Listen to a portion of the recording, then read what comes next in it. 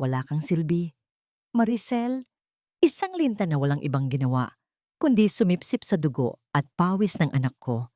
Huwag mong isiping dahil asawa ka ni Ricardo ay kahanay mo na kami. Mananatili kang basahan sa bahay na ito.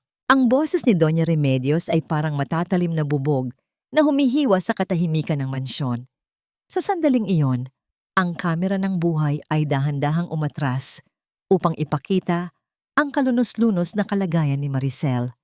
Nakaluhod siya sa malamig at mamahaling tiles ng banyo, ang kanyang mga kamay ay kulubot na sa babad ng sabon at chlorine habang kinukuskos ang bawat sulok ng sahig. Kaninang umaga lang ay dumaing si Doña Remedios na masakit ang ulo, kaya't buong tiyaga siyang nagluto ng mainit na sopas at naglinis ng buong palapag para lamang gumaan ang pakiramdam ng kanyang biyenan. Ngunit ang bawat patak ng kanyang pawis ay tila walang halaga. Tinatapak-tapakan lamang ng mga sapatos na gawa sa Italianong balat. Ramdam ni Maricel ang pamamanhid ng kanyang mga tuhod, ngunit mas masakit ang kirot na gumagapang sa kanyang dibdib. Ang bawat salita ng matanda ay tila isang mabigat na selyo na nagpapatunay sa kanyang kawalang halaga sa paningin nila. Hindi siya kumibo. Ang kanyang lalamunan ay tuyong-tuyo at ang bawat paglunok ay parang paglamon ng mga tinik. Ang kanyang mga mata ay nananatiling nakapako sa bula ng sabon sa sahig, pinagmamasdan ang sariling refleksyon na unti-unting nabubura sa bawat kuskos ng brush. Sa gitna ng pangungutya ng matanda, narinig niya ang mabibigat na yabag ni Ricardo. Pumasok ang kanyang asawa sa silid, bit-bit ang amoy ng mamahaling pabango at alak. Hindi man lamang ito tumingin sa kanya na nasa sahig. Nilampasan lamang siya nito. Iniwan ang mga bakas ng maduming putik sa bahagi ng sahig na kapapatapos lang niyang linisin ng may pag-iingat. "Mama, stop shouting. Stress is bad for you." Bored na sabi ni Ricardo habang hinuhubad ang kanyang coat at basta na lamang itong ibinalibag sa balikat ni Maricel na para bang isa itong sabitang walang buhay. "How can I not be stressed, Ricardo? Look at this woman. 3 years, and she's still just a decoration. Isang pabigat." Muling singal ni Remedios bago marahas na lumabas ng banyo. Naiwan ang mag-asawa sa loob. Inasahan ni Maricel ang isang haplos o kahit isang salita man lang ng pagtatanggol. Ngunit ang narinig niya ay ang tunog ng pagbukas ng zipper ng bag ni Ricardo. May kung anong dokumentong kinuha ang lalaki at pabagsak na inilapag sa counter ng lababo. Malapit sa mukha ni Maricel. "Ilang beses ko bang sasabihin sa'yo na ayusin ang mga gamit ko? Look, nabasa ang folder dahil sa katangahan mo." Reklamo ni Ricardo. Doon sa gitna ng mga patak ng tubig nanlaki ang mga mata ni Maricel. Hindi ito ordinaryong dokumento. Nabasa niya ang malalaking titik na nakasulat sa itaas. "Petition for Decree of Divorce and Annulment of Marriage." Kasunod nito, isang maliit na asul na baksang nahulog mula sa bulsa ng coat ni Ricardo na nasa balikat niya. Bumukas ito sa sahig. Bumungad ang isang makinang na diamanteng singsing. Isang singsing na alam niyang hindi para sa kanya dahil ang anniversary nila ay lumipas na nang hindi man lang nito naalala. Ang hangin sa loob ng banyo ay tila naglaho. Ang puso ni Maricel ay tila pinipiga ng isang dambuhalang kamay hanggang sa mawalan ito ng tibok. Ang kanyang mga daliri na kanina ay mahigpit na hawak ang brush ay dahan-dahang bumitaw. Hindi siya makahinga. Ang bawat sakripisyo niya, ang bawat gabing hindi siya natulog para pagsilbihan ang pamilyang ito at ang bilyon-bilyong pisong lihim niyang ibinuhos sa kumpanya ni Ricardo para hindi sila maghirap. Lahat ng iyon ay tila naging abo sa isang saglit.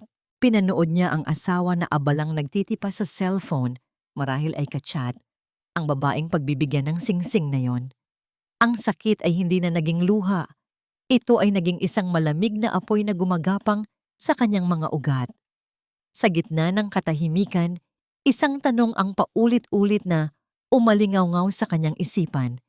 Isang katanungang puno ng pait at pagsisisi. Hanggang kailan mo hahayaang saktan ka ng mga taong nabubuhay lamang Dahil sa iyong pagkukubli? Sa bawat patak ng tubig mula sa basang-basahan, tila may isang bahagi ng lumang Maricel ang tuluyang namamatay. Tumayo siya ng dahan-dahan, kahit nanginginig ang kanyang mga binti, habang ang mga mata ay nakatitig sa likod ni Ricardo na tila ba nakakakita ng isang estranghero. Ang katahimikang ito ay hindi tanda ng pagsuko, kundi ang simula ng isang bagyong walang sino man sa kanila ang nakahandang harapin. Sa kabilang dulo ng linya ng kanyang isipan, naalala niya ang bilin ng kanyang yumaong ama. Ang tunay na reyna ay hindi kailangang sumigaw para patunayang siya ang may hawak ng korona. Nanatili siyang nakatayo doon. Basa ang mga damit, durog ang puso. Ngunit sa unang pagkakataon, sa loob ng 3 taon, ang kanyang paningin ay naging malinaw. Ngunit sa paglabas ni Ricardo ng pinto, isang misteryosong itim na sobre ang naiwan nito sa ibabaw ng lababo na hindi nito napansin. Isang sobreng may selyo ng Imperial Group, ang sariling kumpanya ni Maricel. Ano kaya ang nilalaman ng sobreng iyon na hawak ng kanyang asawa? At paano nito babaguhin ang plano ni Maricel para sa kanyang tahimik na paghihiganti? Huwag mong kalimutan, Maricel, kinuha ka lang namin sa putikan. Utang mo sa amin ang bawat hininga mo sa loob ng mansyong ito, kaya huwag mo kaming susubukan ng katahimikan mo. Ang boses ni Doña Remedios ay muling bumasag sa hangin. Mas matalas pa sa tunog ng mamahaling kristal na dahan-dahang inilalapag ni Maricel sa tray. Nakatayo ang matanda sa pintuan ng kusina. Ang kanyang mga kamay ay nakapamaywang habang ang mga mata ay mapanuri, tila naghahanap ng kahit katiting na dumi sa puting porselana. Marahan ang bawat galaw ni Maricel, tila isang anino na sumusunod sa agos ng utos ng kanyang biyenan. Habang hawak niya ang itim na sobrang may selyo ng Imperial Group na naiwan ni Ricardo sa banyo, ramdam niya ang bigat nito. Hindi dahil sa kapal ng papel, kundi dahil sa katotohanang ang kumpanyang pag-aari niya ay ginagamit na ngayon bilang sandata laban sa kanya. Narinig mo ba ako? Magtimpla ka ng tsaa at dalhin mo sa garden. Naroon si Sofia at siguraduhin mong hindi ka magmumukhang basahan sa harap ng bisita ni Ricardo. Pagpapatuloy ni Remedios habang hinihimas ang kanyang perlas na kwintas. Ang bawat salitang utang at putikan ay tila mga latay sa balat ni Maricel. Gusto niyang sumigaw. Gusto niyang sabihing ang mansyong tinitayuan nila ay naisalba lamang dahil sa kanyang personal na pondo. Gusto niyang ipamukha rito na ang bawat butil ng kanin na kinakain nila ay galing sa linta na kinamumuhian nila. Ngunit nanatili siyang tahimik. Ang kanyang katahimikan ay hindi tanda ng takot, kundi ang pagtitipon ng lahat ng sakit upang maging isang malaking daluyong. Sa loob ng kanyang isipan, bumalik ang gunita ng kanyang yumaong ama. Naalala niya ang araw ng kanyang kasal, kung paano siya naniwalang si Ricardo ang magiging kanlungan niya mula sa mundong puno ng plastik ng ngiti. Daddy, I found someone who loves me for who I am. Bulong niya noon sa harap ng puntod. Ngunit ngayon, ang bawat alaala ng kanilang matatamis na sandali ay tila mga lason na unti-unting pumapatay sa kanyang tiwala. Habang hinihintay na kumulo ang tubig sa kettle, pinagmamasdan niya ang singaw nito. Mainit, mapanakit, at madaling maglaho. Katulad ng kanyang pag-ibig para kay Ricardo. Yes, Mama. Susunod po ako. Maikli at malamig niyang sagot. Ang kanyang tinig ay walang emosyon, parang isang makina na nakasanayan na ang paulit-ulit na sakit. Dinala niya ang tray patungo sa garden. Ang bawat hakbang ay tila paglakad sa ibabaw ng mga pako. Nang makarating siya sa malawak na hardin, nakita niya si Ricardo at Sofia na masayang nagtatawanan sa ilalim ng pergola. Ang sikat ng araw ay tumatama sa diamanteng singsing na nasa kamay na ni Sofia, ang singsing na nakita niya sa banyo kanina. Ngunit may mas masakit pang tanawin ang sumalubong sa kanya. Si Sofia ay nakasuot ng isang kulay asul na silk dress. Hindi ito basta damit. Iyon ang damit na regalo sa kanya ng kanyang ama bago ito mamatay. Isang damit na itinago niya sa pinakailalim ng kanyang baul dahil sa sobrang halaga nito. Ang makita ang banal na alaala ng kanyang ama na suot ng babaeng sumisira sa kanyang pamilya ay tila isang kutsilyong itinanim sa pinakamalalim na bahagi ng kanyang puso. Ang tray na hawak niya ay dahan-dahang nanginig. Ang kalansing ng mga tasa sa platito ay nagmistulang malungkot na musika sa ilalim ng tirik na araw. Oh, look who's here! Ang tagal naman ng tsaa, Maricel. Baka naman pati tubig ay kailangan pang ituro sa'yo kung paano pakuluin? Pangiinsulto ni Sofia habang nakasandal sa balikat ni Ricardo. Lumingon si Ricardo, walang bakas ng hiya o pagsisisi sa kanyang mga mata. Sa halip kinuha niya ang baso ng tsaa at walang pakundangan itong ibinuhos sa damuhan dahil daw sa sobrang init. Habang nakatayo si Maricel sa harap nila, tinitingnan ang kanyang sariling damit na suot ng iba. Isang boses sa loob niya ang tuluyan nang kumalas sa gapos ng pagtitiis. Ang bawat sentimo ng utang na loob na isinusumbat ni Remedios ay tila naging abo sa kanyang paningin. Tumingin siya ng diretso sa mga mata ni Sofia, isang titig na hindi pa nakikita ng sinuman sa bahay na yon. Hindi na ito ang titig ng isang martir na aswa. Ito ang titig ng isang reynang handa ng bawiin ang lahat ng kanyang ipinahiram. Ngunit bago pa man siya makapagsalita, isang itim na sasakyan ang huminto sa labas ng gate. Bumaba ang isang lalaking naka-Amerikana at may bitbit na briefcase. Lumapit ito sa kanila at nagtanong, "Nandito ba si Mrs. Maricel Imperial Velasco? May mahalaga kaming kailangang ipaalam tungkol sa huling testamento ng yumaong Don Amado Imperial." Namilog ang mga mata ni Ricardo at Remedios sa narinig na pangalan. Sino si Don Amado Imperial sa buhay ng kanilang pulubing manugang? At bakit ang abogado ng pinakamayamang pamilya sa bansa ay naghahanap sa babaeng itinuturing nilang basahan? Siguradong nagkakamali ka, attorney. Walang imperial sa bahay na ito, kundi ang pangarap naming makuha ang kontrata nila. Ang babaeng nasa harap mo ay isang hamak na katulong na pilit naming kinupkop. Ang boses ni Doña Remedios ay puno ng pagmamalaki habang iwinawasiwas ang kanyang kamay. Tila itinataboy ang isang langaw. Ngunit ang abogado na nagngangalang Attorney Arnaldo ay hindi man lang natinag. Ang kanyang mga mata ay nanatiling nakapako kay Maricel. Kay Maricel, nakasalukuyang nakayuko, basang-basa ang laylayan ng duster mula sa natapon na tsaa at suot ang isang lumang apron na puno ng mantsa ng grasa. Ang kabalintunaan ng eksenang ito ay tila isang malupit na biro. Ang tunay na may-ari ng pinakamalaking kumpanya sa bansa ay pinagmumukhang basahan sa sarili niyang bakuran. Ramdam ni Maricel ang mabilis na pagtibok ng kanyang puso. Isang kabog na tila gustong kumawala sa kanyang dibdib. Gusto niyang sumenyas kay Attorney Arnaldo na umalis na huwag munang ilantad ang lahat dahil hindi pa siya handang harapin ang gulo. Ngunit huli na. Ang bawat salita ng pagkutya ni Remedios ay tila mga huling patak ng ulan bago ang isang malakas na dilubyo. Attorney, baka naman ang kumpanya ko ang sadya niyo. I am Ricardo Velasco, the CEO of Velasco Logistics.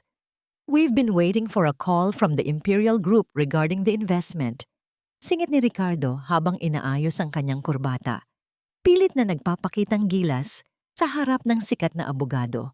Ang kanyang mukha ay puno ng ambisyon. Hindi namamalayan na ang swerteng hinahabol niya ay ang babaeng balak niyang iwanan sa susunod na linggo. Tumingin ang abogado kay Ricardo. Isang tingin na puno ng lihim na awa at panghahamak. Mr. Velasco, hindi ako naparito para sa inyong kumpanya. Naparito ako para ihatid ang huling ulat ng trust fund na nakapangalan kay Mrs. Maricel Imperial Velasco. Ayon sa utos ng board, kailangan na niyang lagdaan ang mga dokumento para sa formal na paglipat ng kontrol sa lahat ng assets ng Imperial Group. Ang katahimikan sa garden ay naging kasing bigat ng isang libingan. Ang tanging naririnig ay ang marahang pagaspas ng mga dahon sa hangin. Ang mukha ni Remedios ay uentunting nawalan ng kulay, habang si Sofia naman ay napabitaw sa pagkakahawak sa braso ni Ricardo. Ang diamanteng singsing sa kamay ni Sofia ay tila nawalan ng kinang sa harap ng katotohanang kasasabi lang ng abogado. Anong trust fund? Maricel, anong kalokohan ito? Utal na tanong ni Ricardo. Lumingon siya sa kanyang asawa, naghahanap ng kasinungalingan sa mga mata nito. Ngunit sa unang pagkakataon, iniangat ni Maricel ang kanyang ulo. Ang kanyang mga mata, na dati ay puno ng luha at pagtitiis, ay naging kasing talas ng kristal. Dahan-dahang binitawan ni Maricel ang hawak niyang tray. Ang tunay na marangyang tunog ng porselanang dahan-dahang tumatama sa mesa ay tila hudyat ng pagtatapos ng kanyang pagpapanggap. Ang kanyang mga kamay, na kanina ay nanginginig sa pagod, ay naging kalmado. Kinuha niya ang isang puting tela at dahan-dahang pinunasan ang kanyang mga daliri. Tila ba inaalis ang lahat ng dumi ng 3 taong pagsisilbi sa mga taong hindi marunong tumanaw ng utang na loob. Ricardo, akala mo ba ang swerteng tinatamasa ng kumpanya mo sa loob ng 3 taon ay dahil sa galing mo? Akala mo ba ang mga anonymous investors na nagliligtas sa inyo tuwing malulubog kayo sa utang ay mga estranghero lang? Ang boses ni Maricel ay mahinahon, ngunit ang bawat salita ay may bigat na kayang magpabagsak ng isang gusali. Nang sandaling iyon ay nang dumaan ang isang malakas na ihip ng hangin. Tila ba hinihipan ng lahat ng balat kayo sa loob ng mansyon. Isang piraso ng papel mula sa briefcase ng abogado, ang bahagyang nalaglag. Isang inventory ng mga ari-arian. Doon, kitang-kita ang listahan ng lahat ng bank accounts na nagpopondo sa luho ni Doña Remedios at sa mga party ni Ricardo. At sa itaas ng bawat account, nakasulat ang iisang pangalan, Maricel Imperial. Hindi maaari. You are just a parasite. Isang linta. Sigaw ni Remedios, bagaman ang kanyang boses ay nanginginig na sa takot. Attorney, peke ang mga dokumentong yan. Paanong ang isang katulad niya? Enough, mama. Putol ni Maricel. Hindi siya sumigaw, ngunit ang autoridad sa kanyang tinig ay nagpatahimik sa buong paligid. Ang damit na suot ng babaeng yan, turo niya kay Sofia, ay regalo ni Daddy sa akin, at ang mansyong kinatatayuan niyo ngayon, nakapangalan niyan sa isang subsidiary ng Imperial Group. Sa madaling salita, Ricardo, nakatira kayo sa loob ng bulsa ko. Ang mukha ni Ricardo ay naging parang abo. Ang papel ng divorce na nilagdaan ni Maricel kanina ay tila naging isang sumpa na bumabalik sa kanya. Kung matutuloy ang divorce, mawawala ang lahat sa kanya. Ang pera, ang kumpanya, at ang dangal. Ngunit bago pa man makapagsalita si Ricardo para humingi ng tawad, lumapit si Attorney Arnaldo kay Maricel at may ibinulong na nagpabago sa aura ng paligid. Ma'am, may isa pa kaming natuklasan. Hindi lang basta pagtataksil ang ginagawa ni Mr. Velasco. May kinalaman siya sa pagkawala ng ilang pondo ng Imperial Group na palihim niyang inilipat sa account ni Sofia. Ang cliffhanger, isang malakas na busina ng sasakyan ang narinig mula sa labas ng gate. Hindi lang isa, kundi 5 itim na SUV ang huminto. Bumaba ang mga kalalakihang nakauniforme ng National Bureau of Investigation, BI. Sino ang nag-report kay Ricardo?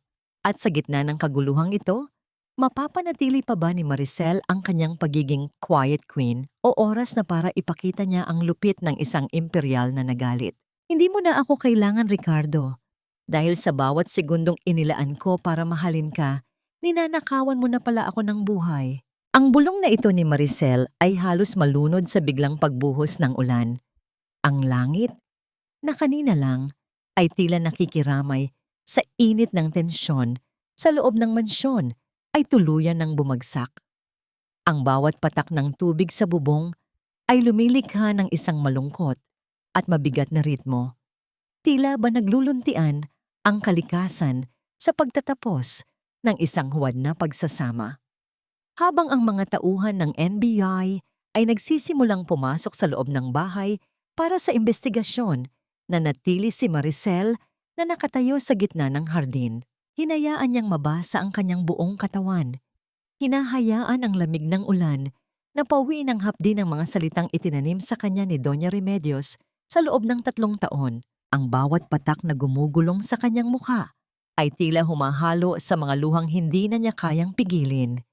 Naalala niya ang bawat gabing nagpuyat siya para ipagluto si Ricardo ng paborito nitong ulam matapos ang isang mahirap na araw sa opisina.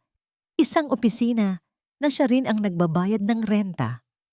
Naalala niya ang bawat pagkakataong tinanggap niya ang masasakit na salita ni Remedios para lang mapanatili ang kapayapaan sa pamilya. Lahat ng sakripisyong yun ay tila mga anino na lang ngayon na unti-unting nilalamon ng dilim at ulan. Sa loob ng bahay, maririnig ang hysterical na sigaw ni Doña Remedios. "Wala kayong karapatan! Bahay ko ito! Ricardo, gawin mo ang paraan! Sabihin mo sa kanila na nagkakamali lang ang babaeng iyan." Ngunit si Ricardo ay nakatayo lamang sa gitna ng sala. Ang kanyang mukha ay kasing puti ng papel habang pinagmamasdan ang mga dokumentong hawak ng mga awtoridad. Ang bawat pahina ay naglalaman ng mga ebidensya ng kanyang pagnanakaw sa pondo ng Imperial Group. Ang perang inakala niyang madali niyang makukuha mula sa kanyang tanga at mahinang asawa. "Ricardo, tell me this isn't true. Tell me we're still rich." Halos gumuho ang boses ni Sofia habang pilit na nagtatago sa likod ni Ricardo. Ang diamanteng singsing sa kanyang daliri ay tila naging isang mabigat na kadena na nagpapatunay ng kanilang kasabwat na krimen. Ngunit walang maisagot si Ricardo. Ang tanging naririnig sa loob ay ang kalansing ng mga posas na inihahanda ng mga opisyal. Isang tunog na nagpapahiwatig ng pagtatapos ng kanilang marangyang buhay. Sa gitna ng kaguluhang ito, isang matandang kamay ang dahan-dahang nagpatong ng isang payong sa ibabaw ni Maricel. Ito ay si Lola Ising, ang dating tagapagluto ng mga Velasco na tinanggal ni Remedios dahil lamang sa pagbibigay nito ng sobrang pagkain kay Maricel noon. "Ma'am Maricel, tama na po. Huwag niyo nang saktan ang sarili niyo sa ulan. Alam ng Diyos ang lahat ng sakripisyo niyo." Malambot na sabi ni Lola Ising, ang kanyang mga mata ay puno ng tunay na pagmamalasakit. Ang yakap ng isang taong walang yaman, pero may gintong puso sa isang babaeng may bilyon-bilyon, pero ang pakiramdam ay pinakapulubi sa buong mundo. Sa yakap ni Lola Ising, naramdaman ni Maricel ang init na matagal na niyang hinahanap sa loob ng mansyong yon. Doon niya na-realize na ang tunay na pamilya ay hindi nasusukat sa dugo o sa pangalan, kundi sa katapatan at pagmamahal na walang kapalit. Dahan-dahang humiwalay si Maricel sa yakap, pinunasan ang kanyang mukha, at lumingon sa mansyon na dati niyang tinuring na tahanan. Ang bawat bintana nito ay tila mga matang nakatingin sa kanya nang may panghihinayang. Kinuha niya ang cellphone sa kanyang bulsa, isang cellphone na hindi alam ng kahit sino na direktang konektado sa mainframe ng Imperial Group. "Attorney Arnaldo?" Simula niya. Ang boses ay matatag na at wala ng bakas ng panginginig. "I want a full audit of all the properties listed under the Velasco name, including the house Sofia is currently staying in. At gusto kong bawiin ang lahat ng kotse nila bago matapos ang gabi. Let them feel what it's like to walk on the ground they once despised." Sa pagtatapos ng gabi, habang ang ulan ay unti-unti nang humihina, isang itim na SUV ang huminto sa harap ni Maricel. Hindi ito ang sasakyan ng mga awtoridad, kundi ang kanyang personal na sasakyan na minamaneho ng kanyang pinagkakatiwalaang driver. Bago siya sumakay, lumingon siya kay Ricardo na kasalukuyang inilalabas ng bahay ng mga pulis. "Maricel, Maricel, please, I love you. Gagawin ko ang lahat, patawarin mo lang ako." Sigaw ni Ricardo. Ang kanyang boses ay puno ng desperasyon habang nakatingin sa kanyang asawang ngayoy tila isang hindi maabot na bituin. Ngunit si Maricel ay hindi sumagot. Pumasok siya sa loob ng sasakyan at isinara ang pinto. Habang umaandar ang sasakyan palayo sa mansyon, Nakita niya sa side mirror ang imahe ni na Ricardo at Remedios na nakatayo sa ulan, mga taong nawalan ng lahat dahil sa sobrang kasakiman. Subalit may isang bagay na nakalimutan si Maricel. Sa gitna ng pagmamadali ng mga pulis, may isang file na hindi nakuha sa briefcase ni Sofia. Isang file na naglalaman ng lihim na koneksyon ni Sofia sa isang taong matagal ng kaaway ng pamilya Imperial. Isang taong hindi lang pera ang gustong makuha kay Maricel, kundi ang kanyang buhay. Sino ang nasa likod ni Sofia? At sapat na ba ang yaman at kapangyarihan ni Maricel para protektahan ang kanyang sarili sa bagyong paparating na hindi dala ng kalikasan? Hindi ang ingay ng panlalait ang nakakabingi, kundi ang katahimikan ng kalayaang hindi ko alam kung paano yakapin.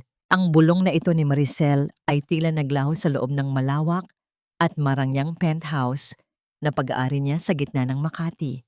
Pagkababa niya sa sasakyan, sinalubong siya ng mga tauhang nakayuko bilang paggalang, mga mukhang hindi niya nakita sa loob ng 3 taon. Ngunit sa likod ng kinang ng mga chandelier at bango ng mga sariwang bulaklak sa florera, naramdaman ni Maricel ang isang uri ng lamig na hindi kayang pawiin ng kahit anong heater. Ang bawat hakbang niya sa makinis na sahig ay tila nagpapaalala sa kanya na siya ay malaya na. Ngunit ang kanyang puso ay tila nakabaon pa rin sa maduming tiles ng banyo ng mga Velasco. Dahan-dahan, siyang naupo sa gilid ng kanyang malambot na kama.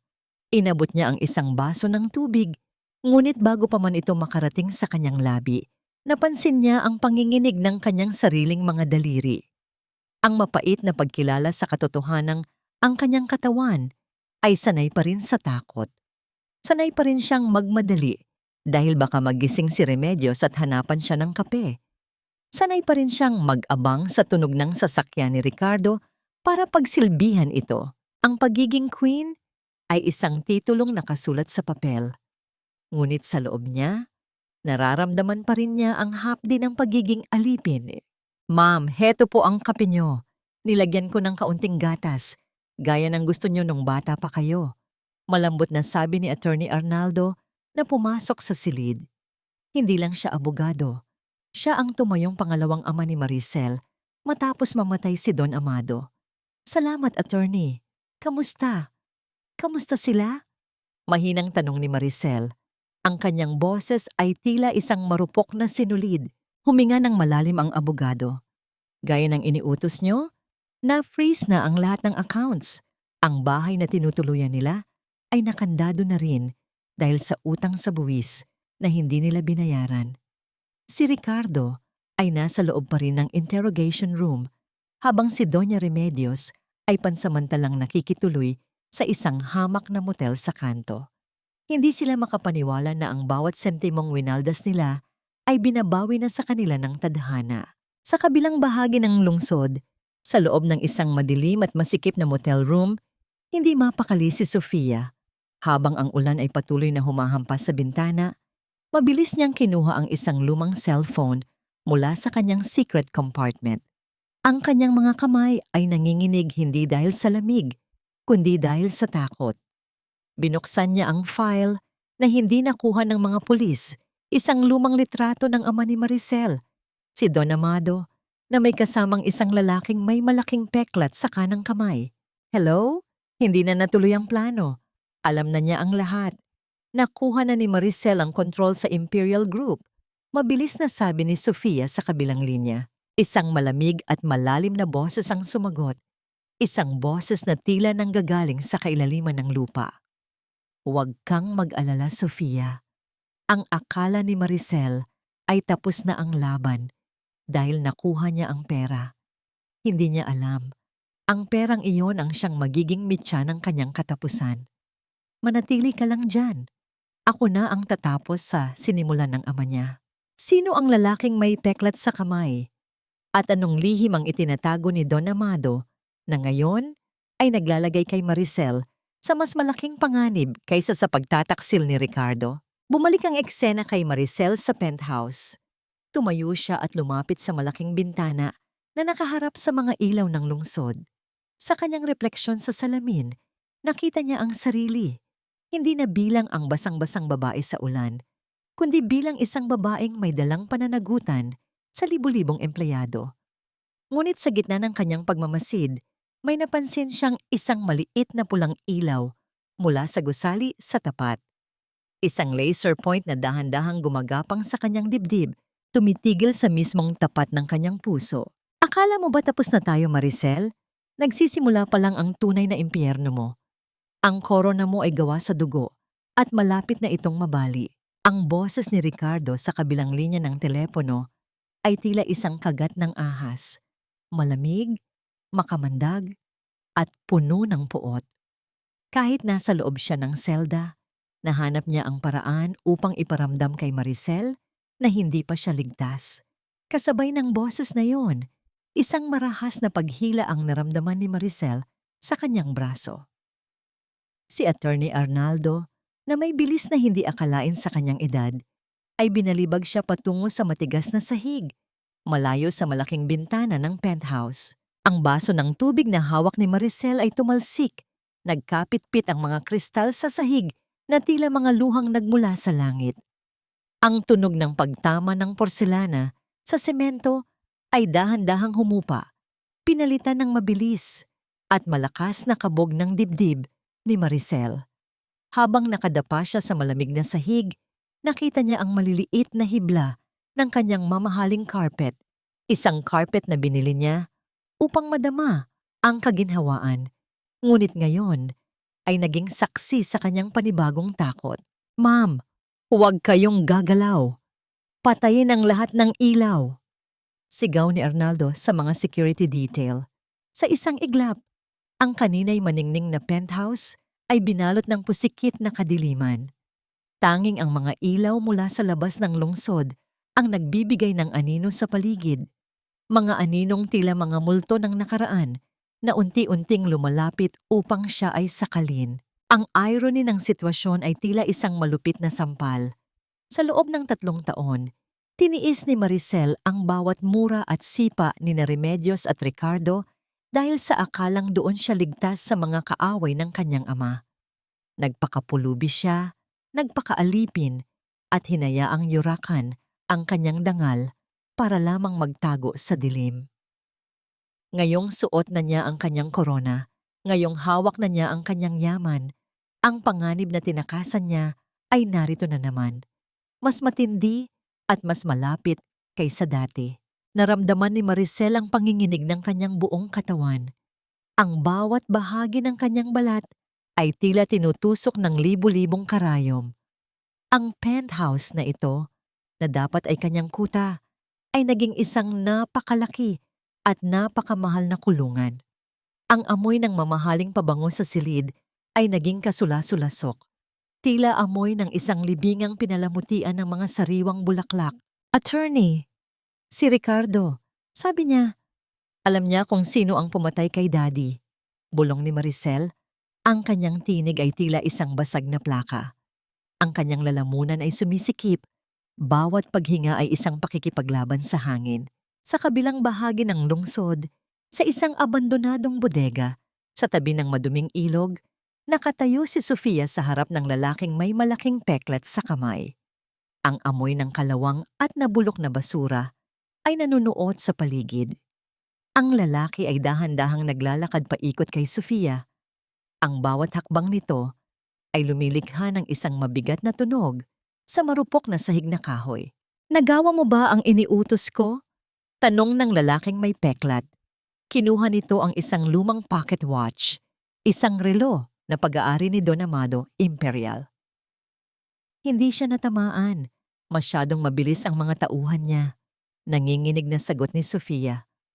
"Pero nakuha ko ang tiwala ni Ricardo. Sinabi ko sa kanya ang tungkol sa sikreto ng mga Imperial para gamitin niyang panakot kay Maricel." Ngumiti ang lalaki. Isang ngangiting hindi umabot sa kanyang mga mata. "Mabuti. Hayaan nating magulo ang isip ni Maricel. Hayaan nating isipin niyang ang asawa niya ang susi sa lahat." Habang abala siya sa pakikipaglaro kay Ricardo sa loob ng kulungan, unti-unti nating kukunin ang bawat piraso ng Imperial Group mula sa ilalim ng kanyang mga paa. Nang kabanatang ito, ay nang dahan-dahang tumayo si Maricel Sa dilim ng kanyang penthouse, hindi siya humingi ng tulong upang makatayo. Ginamit niya ang sariling lakas, kinapa ang dingding, at sa gitna ng kadiliman, nahanap niya ang isang lihim na vault sa likod ng painting ng kanyang ama.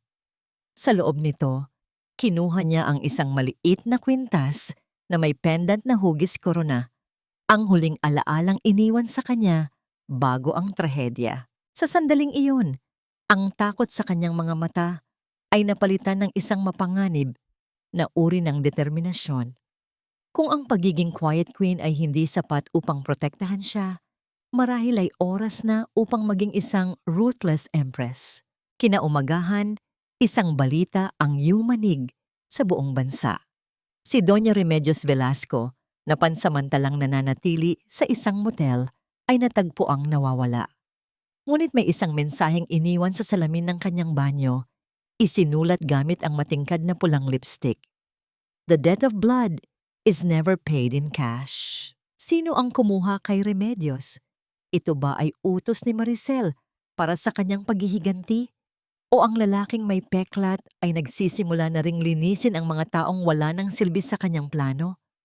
At ano ang gagawin ni Maricel kapag nalaman niyang ang taong pinagkatiwalaan niya sa loob ng kumpanya ay ang siya palang nagbukas ng pinto para sa kanyang kamatayan? Huwag kang umasang makukuha mo ang sagot ng libre, Maricel. Ang buhay ng tatay mo ay parang basurang itinapon at ako lang ang nakakaalam kung saang hukay ito nanggaling.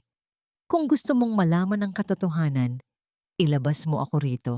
Ang boses ni Ricardo sa loob ng interrogation room ay may halong desperasyon at yabang. Sa harap niya, nakaupo si Maricel. Ang kanyang likod ay tuwid na tuwid, tila isang estatwa ng yelo na hindi natitinag ng anumang init. Ang dulo ng kanyang mga daliri ay dahan-dahang hinahaplos ang isang lumang litrato.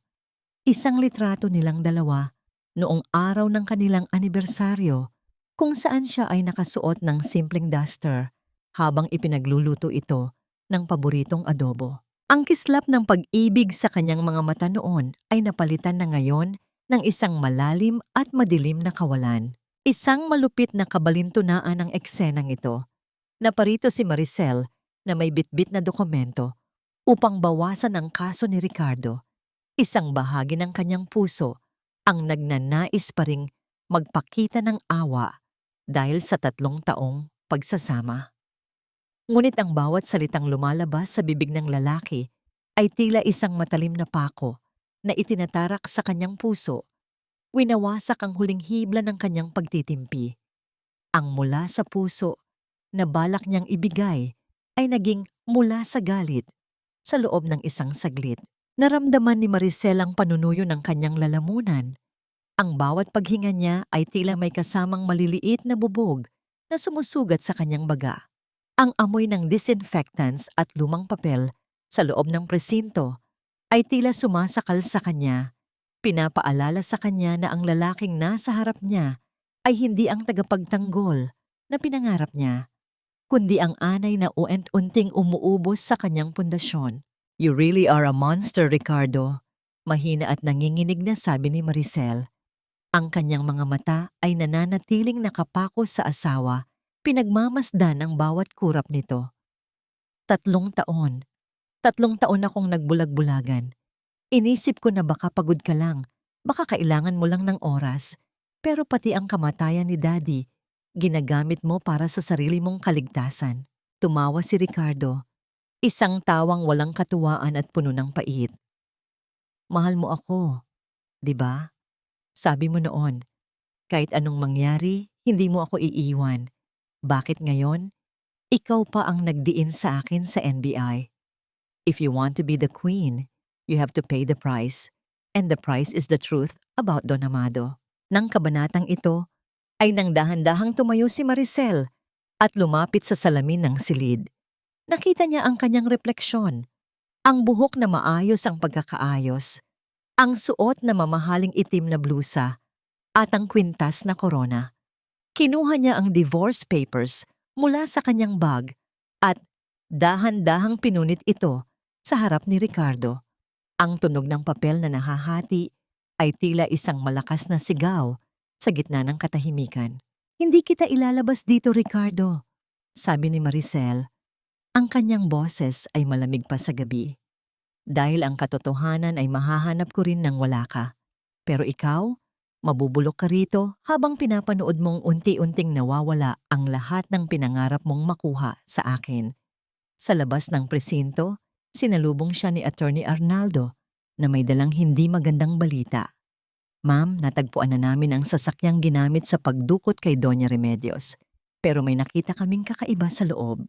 Iniabot ng abogado ang isang tablet. Sa screen, makikita ang isang CCTV footage mula sa motel. Hindi pinilit si Remedios na sumakay. Sa katunayan, kusang loob siyang sumama sa lalaking may peklat sa kamay. Ang huling sulyap ni Remedios sa kamera ay may halong ngiti, isang nangiting mapang-asar. Tila ba sinasabi niyang hindi pa tapos ang laban ng mga Velasco. Naramdaman ni Maricel ang isang malamig na agos ng takot na gumagapang sa kanyang likuran. Kung kasabwat ni Remedios ang lalaking may peklat, ibig sabihin ay hindi lang si Ricardo ang kalaban. Ang buong pamilya Velasco ay bahagi ng isang mas malaking plano na nagsimula pa bago pa siya ikasal. Isang eko ng katanungan ang naiwan sa isipan ni Maricel habang nakatingin siya sa madilim na kalye.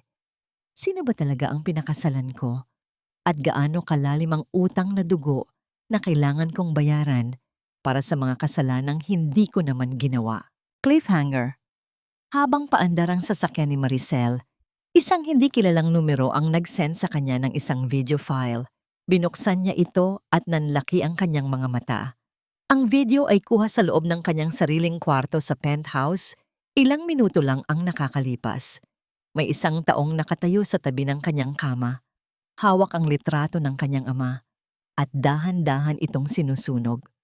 Ang taong iyon ay walang iba kundi si Attorney Arnaldo. Hindi ang apoy ang tumutupok sa aking pagkatao ngayon, kundi ang abo ng tiwalang ibinigay ko sa maling tao. Akala ko, ikaw ang huling kuta ko, Attorney. Pero ikaw pala ang anay na tahimik na umuubos sa pundasyon ng aking alaala. Ang bulong na ito ni Maricel ay halos hindi marinig. Isang hangin ng pait na lumabas sa kanyang mga labi habang nakaupo siya sa loob ng humaharurot na sasakyan. Ang screen ng kanyang cellphone ay nananatiling maliwanag. Paulit-ulit na ipinapakita ang video ni Attorney Arnaldo sa loob ng kanyang silid. Ang bawat galaw ng abogado, ang pagdampot sa litrato, ang pagliyab ng lighter, at ang malamig na pagtitig nito sa unti-unting natutupok na imahe ni Don Amado ay tila mga saksak sa likod na hindi humihinto. Naramdaman ni Maricel ang panlalamig ng kanyang mga kamay, isang uri ng panginginig na nagsisimula sa kaibuturan ng kanyang mga buto. Sa loob ng 3 taon ng impyerno, sa kamay ng mga Velasco, si Arnaldo ang kanyang tanging sandigan. Siya ang tumuyo sa mga luha ni Maricel nang mamatay ang kanyang ama. Siya ang nagtago ng kanyang tunay na pagkakakilanlan at siya ang naging boses ng katuwiran nang gusto na niyang sumuko. Ngunit ngayon, ang katuwirang yon ay tila naging isang malupit na panlilinlang. "Ma'am, nandito na po tayo," mahinang sabi ng driver. Ang tunog ng paghinto ng gulong sa semento ay tila hudyat ng isang digmaan na hindi handang harapin ni Maricel. Pagpasok niya sa penthouse, sinalubong siya ng amoy ng mamahaling insenso na hinaluan ng isang pamilyar ngunit nakakasulasok na amoy. Ang amoy ng sunog na papel. Nakatayo si Attorney Arnaldo sa gitna ng sala. Hawak ang isang baso ng alak. Ang kanyang muka ay kasing payapa ng isang lawa sa gitna ng gabi. "Nandito ka na pala, Maricel. Akala ko ay magtatagal ka pa sa presinto para saksihan ang pagdurusa ni Ricardo." Bungad ng abogado. Ang kanyang boses ay kalmado. Tila walang mabigat na lihim na itinatago. Hindi sumagot si Maricel.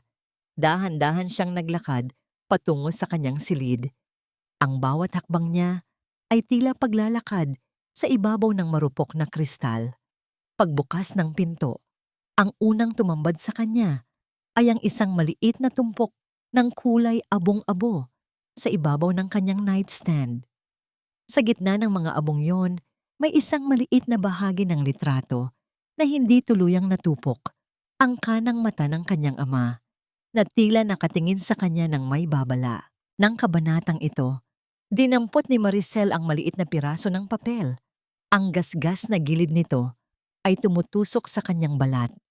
Isang pisikal na sakit na mas mainam pa kaysa sa emosyonal na pagkadurog na nararamdaman niya. Hinawakan niya ito ng mahigpit, hinahayaan ang abo na dumikit sa kanyang mga palad. Tila ba sinusubukang bawiin ang huling piraso ng kanyang ama mula sa kawalan. Bakit, attorney? Tanong ni Maricel. Hindi lilingon. Ang kanyang tinig ay tila isang basag na kristal na pilit pinagdikit. Bakit mo kailangang sunugin ang tanging natitira sa kanya? Narinig ni Maricel ang mabibigat na yabag ni Arnaldo sa likuran niya. Ang amoy ng alak ay ont-unting lumalapit. Dahil ang litratong yon ay isang kasinungalingan, Maricel, ang amang kinikilala mo ay hindi ang taong nagligtas sa kumpanya. Siya ang taong pumatay sa sarili niyang dangal para sa kapangyarihan. Sinusunog ko ang alaala niya para protektahan ka mula sa katotohanang hindi mo kayang tanggapin. Lumingon si Maricel. Ang kanyang mga mata ay naglalayab sa galit at kalituhan. O baka sinusunog mo ang alaala niya dahil ikaw ang may kasalanan kung bakit siya nawala. Sabihin mo sa akin, attorney, sino ang lalaking may peklat sa kamay na kasama ni Remedios? At bakit may kopya ka ng susi ng safe ng tatay ko na wala sa akin? Ang mukha ni Arnaldo ay hindi nagbago, ngunit ang kanyang mga mata ay dahan-dahang naging malamig. Masyado ka ng maraming alam, Maricel. Sana ay nanatili ka na lang na asawa ni Ricardo. Sana ay nanatili ka na lang na tahimik. Sa sandaling iyon, ang lahat ng security camera sa loob ng penthouse ay sabay-sabay na namatay. Ang mga ilaw ay dahan-dahang humina hanggang sa tanging ang liwanag ng buwan mula sa bintana ang nagbibigay ng anino sa dalawa. Naramdaman ni Maricel ang isang malamig na bagay na dumampi sa kanyang sentido, isang dulo ng baril na hawak ng taong itinuring niyang ama. Ngunit bago pa man makakalabit ng mitsa si Arnaldo, ang pintuan ng penthouse ay marahas na bumukas. Hindi mga bodyguard ni Maricel ang pumasok, kundi si Doña Remedios na may kasamang dalawang lalaking armado. Ngunit ang mas nakakagulat ay ang itsura ni Remedios. Wala na ang kanyang perlas na kwintas, wala na ang kanyang pagiging donya.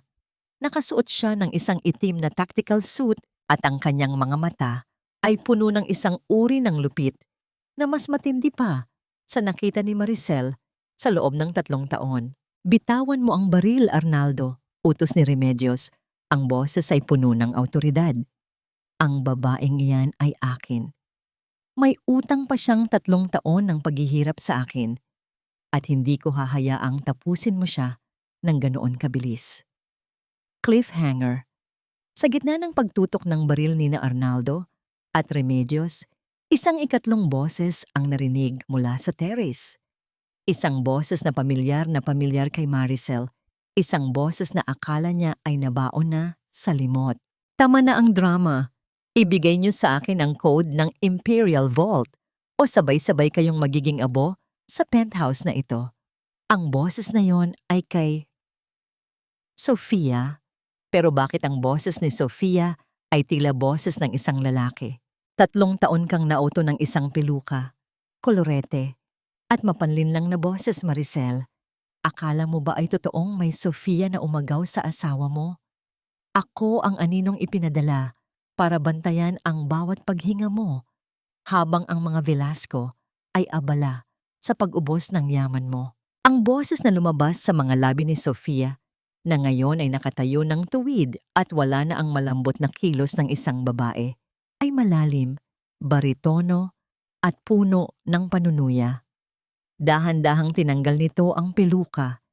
Inilalantad ang maikling buhok na kasing itim ng gabi. Ang dahan-dahang pagbagsak ng mga hibla ng pekeng buhok sa sahig ay tila mga piraso ng katotohanang sumasabog sa mukha ni Maricel. Sa sandaling iyon, ang kamera ng kanyang gunita ay dahan-dahang bumalik sa mga gabing umiiyak siya dahil sa selos.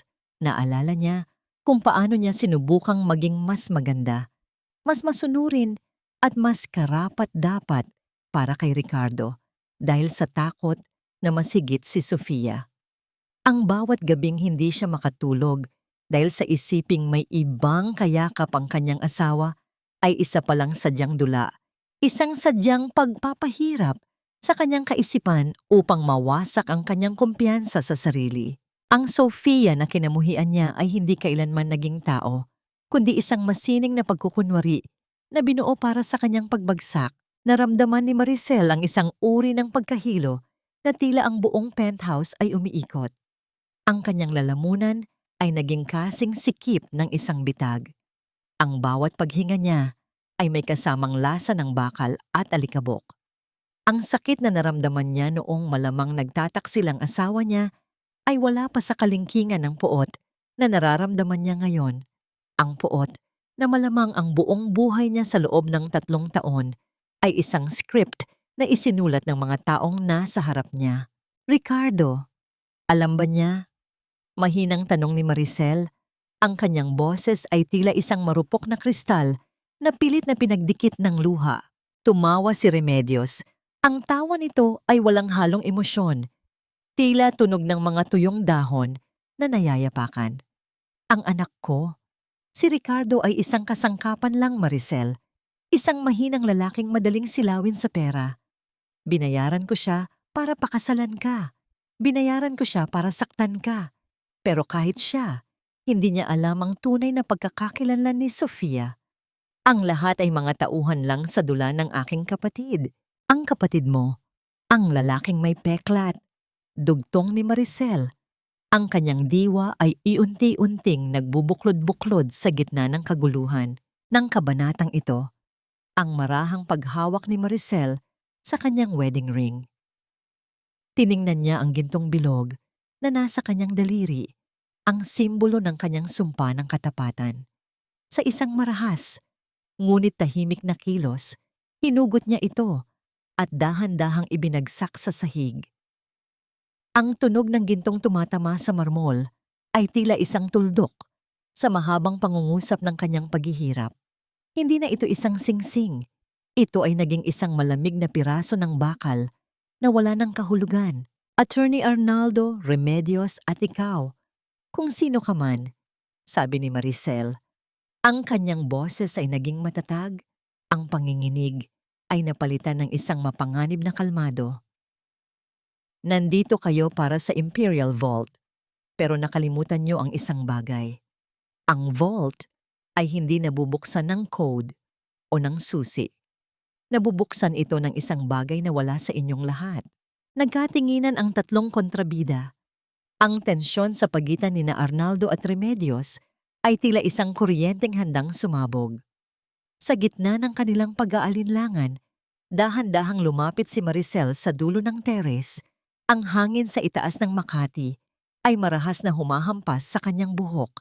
Ang Imperial Vault ay protektado ng isang biometric system na tanging ang tibok ng puso ng isang Imperial ang makakapag-activate. Pagpapatuloy ni Maricel, isang mapait na ngiti ang sumilay sa kanyang mga labi. Kung papatayin niyo ako ngayon, ang lahat ng yaman na pinaghirapan niyong nakawin ay permanenteng mawawala. At ang mga dokumentong nagpapatunay sa inyong mga krimen ay automatikong ipapadala sa lahat ng sangay ng media sa loob ng 5 minuto. Napatigil si Sofia, o ang lalaking nagpapanggap na Sofia. Ang baril na hawak ni Arnaldo ay bahagyang bumaba. Ang katahimikan ay naging kasing bigat ng isang paparating na bagyo. 5 minutes, Maricel.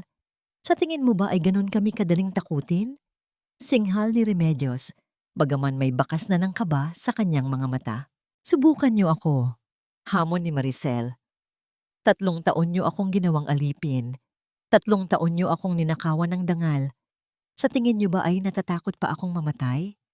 Mas natatakot akong mabuhay sa mundong ang mga taong pinagkakatiwalaan ko ay mga halimaw Sa gitna ng kanilang standoff, isang hindi inaasahang tunog ang narinig mula sa elevator ng penthouse. Ang mahinang paghuni ng mekanismo nito ay tila isang babala. Pagbukas ng pinto, isang figura ang lumabas. Duguan, sugatan, at halos hindi makalakad. Si Ricardo. Maricel, wag, hapon itong sabi, bago bumagsak sa sahig. Ngunit sa likod ni Ricardo, may isang aninong dahan-dahang lumalapit. Hawak ang isang pocket watch na pamilyar kay Maricel. Ang lalaking may peklat sa kamay ay narito na. Cliffhanger. Ang lalaking may peklat ay lumapit kay Ricardo at walang awang tinapakan ng kamay nito. Tumingin siya kay Maricel at nagsalita sa isang boses na nagpatigil sa mundo ng babae. Hello, anak. Hindi mo ba babatiin ang tatay mo? Anak? Patay na si Don Amado Imperial. O iyon ba ang pinaniwala sa kanya sa loob ng mahabang panahon? Sino ba talaga ang lalaking may peklat na ito? Patay na ang tatay ko. Inilibing ko siya gamit ang sarili kong mga kamay. At kasama niyang nabaon ang lahat ng pangarap ko sa isang buong pamilya. Ang boses ni Maricel ay tila isang malamig na hanging nanggagaling sa kailaliman ng isang libingan. Nakatitig siya sa lalaking may peklat. Ang kanyang mga mata ay nananatiling matatag kahit ang kanyang buong mundo ay tila muling gumuguho sa ikalawang pagkakataon. Ang bawat salitang anak na lumabas sa bibig ng lalaki ay tila isang malupit na insulto sa lahat ng luhang ibinuhos niya sa harap ng puntod ni Don Amado Imperial sa loob ng maraming taon. Dahan-dahang lumapit ang lalaking may peklat. Ang bawat hakbang nito sa mamahaling marmol ng penthouse ay lumilikha ng isang mabigat na tunog. Tila ang bawat tunog ay isang pako na ibinabaon sa puso ni Maricel. Inangat niya ang pocket watch, ang relong, laging hawak ng kanyang ama, tuwing gabi, habang kinukwentuhan siya ng mga pangarap para sa Imperial Group. Ang bawat gasgas sa ginto nito ay pamilyar kay Maricel, ngunit ang mga kamay na may hawak nito ngayon ay puno ng mga peklat ng karahasan at kasamaan. Ang akala mo ay namatay ako sa aksidente sa barko, Maricel. Pero ang totoo, kailangan kong maglaho upang linisin ang mga anay sa kumpanya. At ang pananatili mo sa piling ng mga Velasco, iyon ang pinakamalupit na pagsusulit na ibinigay ko sa iyo. Paliwanag ng lalaki. Ang kanyang boses ay walang bakas ng pagsisisi. Tila ba ang 3 taon ng paghihirap ni Maricel ay isang simpleng laro lamang ng chess. Naramdaman ni Maricel ang isang uri ng hapdi na hindi kayang ilarawan ng anumang salita. Mas masakit pa ito kaysa sa mga sampal ni Remedios o sa pagtataksil ni Ricardo. Ang malaman na ang kanyang sariling ama, ang kanyang bayani, ang siyang arkitekto ng kanyang impyerno ay tila isang lason na dahan-dahang pumapatay sa bawat magandang alaala niya. Pagsusulit, bulong ni Maricel, ang kanyang tinig ay naging kasing talim ng isang labaha. Hinayaan mo akong ituring na basura. Hinayaan mong saktan ako ng mga taong ito habang ikaw ay nagtatago sa dilim at pinapanood ang bawat pagluha ko. Dad, you didn't test me. You betrayed me. Nang kabanatang ito, ang dahan-dahang paglapit ni Maricel sa kanyang ama, hindi upang yakapin ito, kundi upang kunin ang pocket watch mula sa kamay nito. Nang magdampi ang kanilang mga balat, hindi init ng isang magulang ang naramdaman ni Maricel, kundi ang lamig ng isang taong wala ng kaluluwa. Tinitigan niya ang mga mata ng lalaki, ang mga matang katulad ng sa kanya, ngunit puno ng kasakiman. Hindi ka na ang daddy ko, sabi ni Maricel. Ang boses niya ay naging matatag na tila gawa sa bakal. Ang daddy ko ay isang mabuting tao na nagturo sa akin ng pagmamahal. Ikaw ay isa lamang multong naghahanap ng yaman. Sa kabilang panig, si Remedios ay dahan-dahang umaatras. Ang kanyang mukha ay puno ng takot. Ang pagiging kontrabida niya ay tila naging maliit na papel lamang sa harap ng tunay na demonyong nagpakita. Amado, ang sabi mo ay ibibigay mo sa akin ang bahagi ng Imperial kapag natapos na ang 3 taon. Sinunod ko ang lahat ng utos mo. Ginawa ko siyang alipin gaya ng gusto mo. Sigaw ni Remedios, ibinubunyag ang huling piraso ng katotohanan. Lumingon ang lalaking may peklat kay Remedios at sa isang mabilis na galaw, itinulak nito ang matanda patungo sa sahig. Wala ka ng silbi, Remedios? Gaya ng anak mong si Ricardo, mga palamuti lang kayo sa plano ko. Sa gitna ng kaguluhang ito, si Ricardo, na duguan sa sahig, ay pilit na gumagapang patungo sa paanan ni Maricel. Maricel, patawarin mo ako. Hindi ko alam. Akala ko ay ginagawa ko lang ang tama para sa kumpanya. Tiningnan ni Maricel ang asawang dati niyang minahal, ang lalaking naging bahagi ng kanyang mga pangarap na ngayon ay isa na lamang basag na anino. Ang mist of distrust ay tuluyan ng napalitan ng isang malinaw ngunit masakit na katotohanan. Lahat sila ay biktima at salarin sa isang laro ng kapangyarihan. Dahan-dahang kinuha ni Maricel ang kanyang cellphone. Ang Imperial Master Switch ay nasa kanyang mga kamay. Kung ang yaman ng mga Imperial ang dahilan kung bakit naging halimaw kayong lahat, kung gayon, walang sino man sa inyo ang makakakuha nito. Cliffhanger. Isang malakas na tunog ng sirena ng barko ang narinig mula sa malayo, kahit nasa gitna sila ng lungsod. Kasabay nito, ang lahat ng digital na screen sa loob ng penthouse ay nagpakita ng isang countdown, 60 segundo, bago ang total liquidation ng Imperial Group. Ano ang ginagawa mo, Maricel? Sigaw ng lalaking may peklat. Ang takot ay sa wakas ay sumilay sa kanyang mukha. Binubura ko ang lahat. Sagot ni Maricel habang nakatingin sa labas ng bintana. Sa mga ilaw ng lungsod na tila mga bituing unting namamatay. Kung walang Imperial Group, wala na kayong pag-aagawan. At sa wakas, magiging malaya na ako. Ngunit sa huling 10 segundo ng countdown, isang mensahe ang lumabas sa screen ni Maricel mula sa isang unknown sender. Huwag mong ituloy. Hawak ko ang anak mo. Anak? Nanigas ang buong katawan ni Maricel. 3 taon siyang kasal kay Ricardo at ang alam ng lahat ay wala silang anak. Anong lihim ang itinatago ng mensaheng ito? May anak ako? Ang tanong na ito ay lumabas sa mga labi ni Maricel na tila isang mahinang ihip ng hangin. Ngunit ang bigat nito ay sapat na upang patigilin ang pag-ikot ng kanyang mundo. Ang cellphone na hawak niya ay tila naging kasing init ng baga, ngunit hindi niya ito mabitawan. Sa screen, isang malabong video ang bumungad. Isang batang lalaki, marahil ay magdadalawang taon na mahimbing na natutulog sa isang maliit at madilim na silid. Ang bawat paghinga ng bata ay tila isang mahika na humahaplos sa kailaliman ng pagkatao ni Maricel, isang bahagi ng kanyang sarili na matagal na niyang inakalang patay na. Dahan-dahang nanghina ang kanyang mga tuhod hanggang sa mapaluhod siya sa malamig na marmol. Ang matinis na tunog ng countdown na papalapit sa 0 ay tila naging isang malayong ugong na lang sa kanyang pandinig. Ang kamera ng kanyang gunita ay marahas na bumalik sa isang gabi. 2 taon na ang nakalilipas.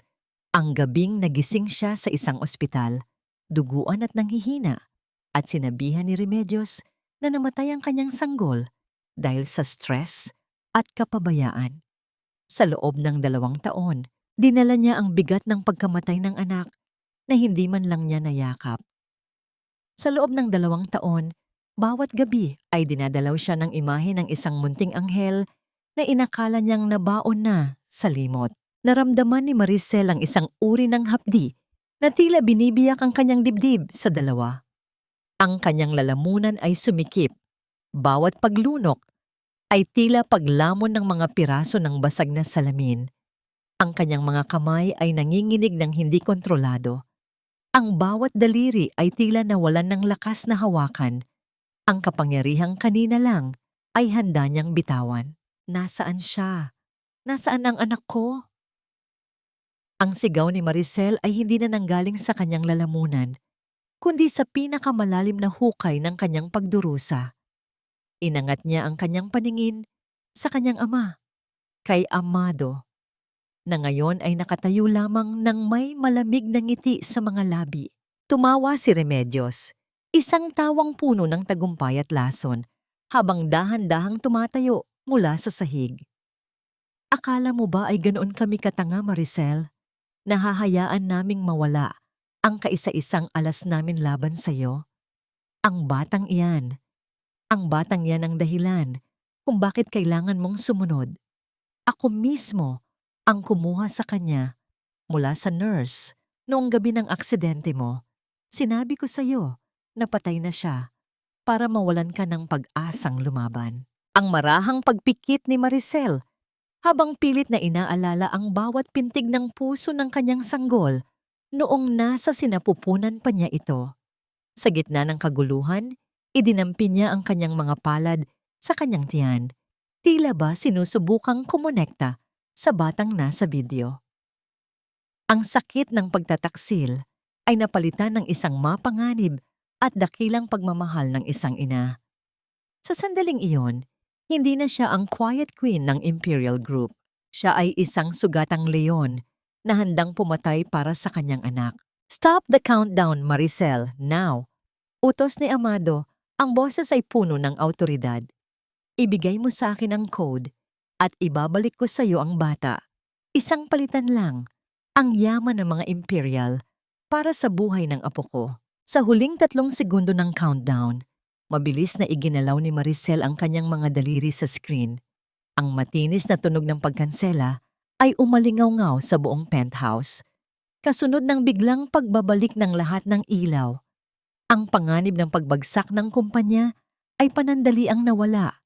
Ngunit pinalitan ito ng isang mas malaking panganib, ang buhay ng kanyang anak na nasa kamay ng mga halimaw. Lumingon si Maricel kay Ricardo, na ngayon ay nakatingin sa kanya ng may halong gulat at pagkalito.